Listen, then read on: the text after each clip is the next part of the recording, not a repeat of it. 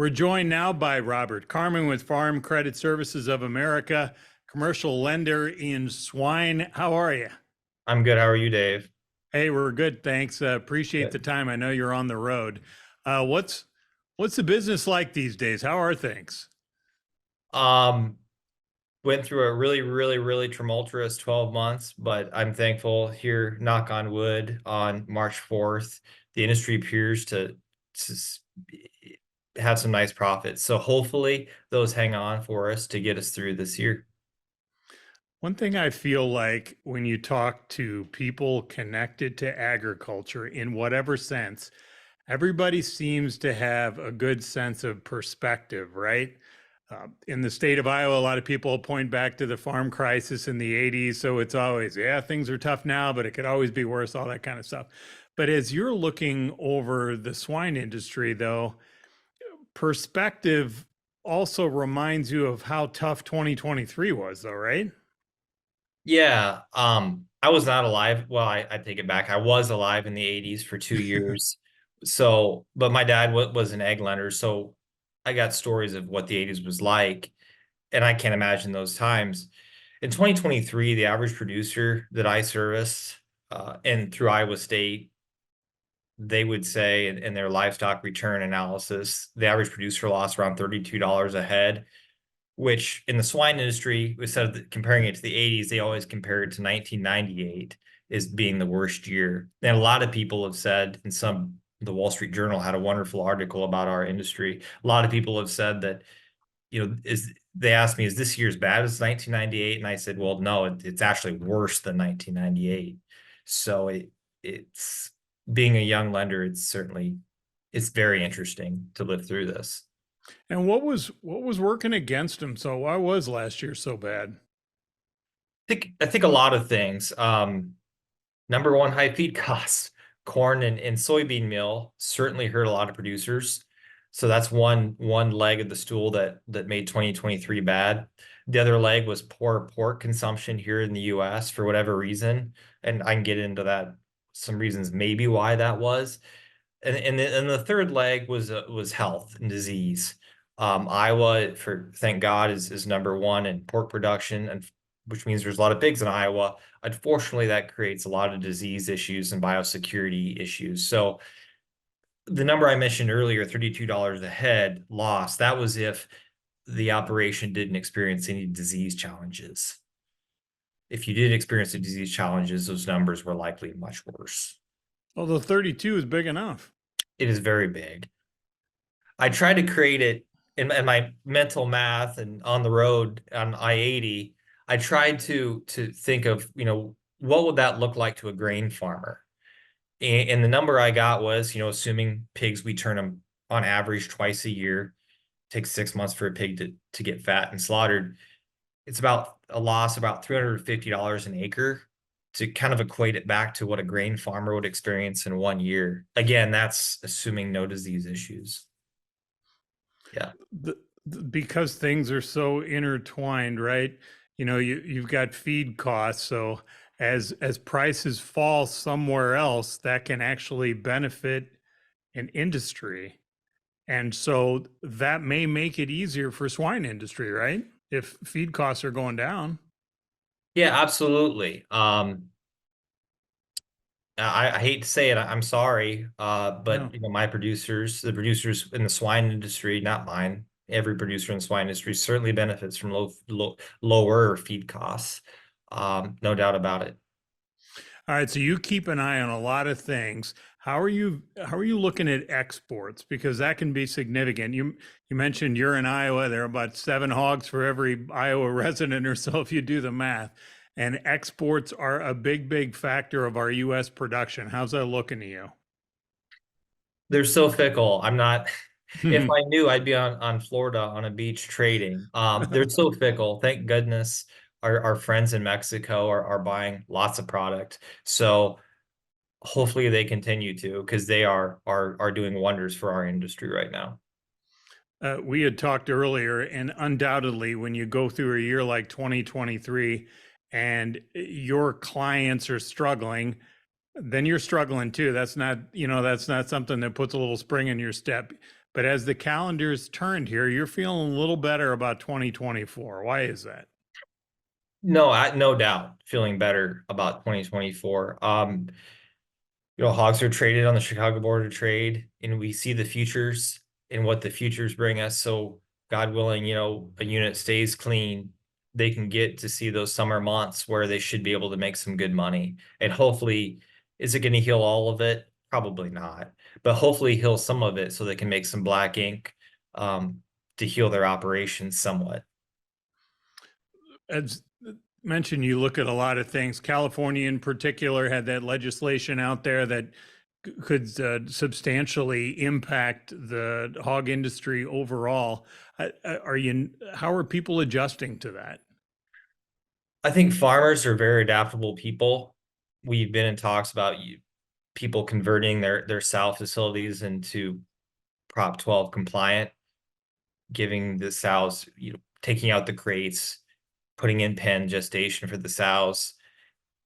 And I guess at the end of the day, yeah, we've fought it, and I don't know, I'm not going to weigh in on the politics, but pork producers are adaptable, and so I hope we can meet that demand.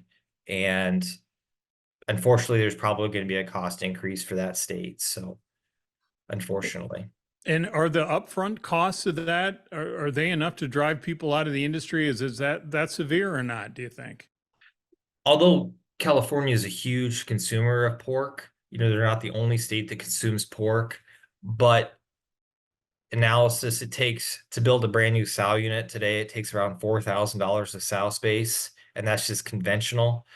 I'm just off the hip, there's around a 20% decrease in capacity if they convert these units to be California compliant. So again, relating it to a grain farmer here, if you bought a farm and for whatever reason you could not you couldn't purchase nitrogen fertilizer, and it constricted your ability to produce on that farm, your fixed cost is still the same, but again, it's going to really constrict what that farmer can sell. So about a 20% decrease in production. And, we're a market-based society. So it's supply and demand. So I guess eventually maybe the supply would decrease enough that prices would go up to be Prop 12 compliant in California, but the markets do what they want and they're inefficient. So who knows how long that will take. On a day-to-day basis, what do you get the most questions about? Interest rates. I am a lender, so obviously interest rates. A lot of health related questions.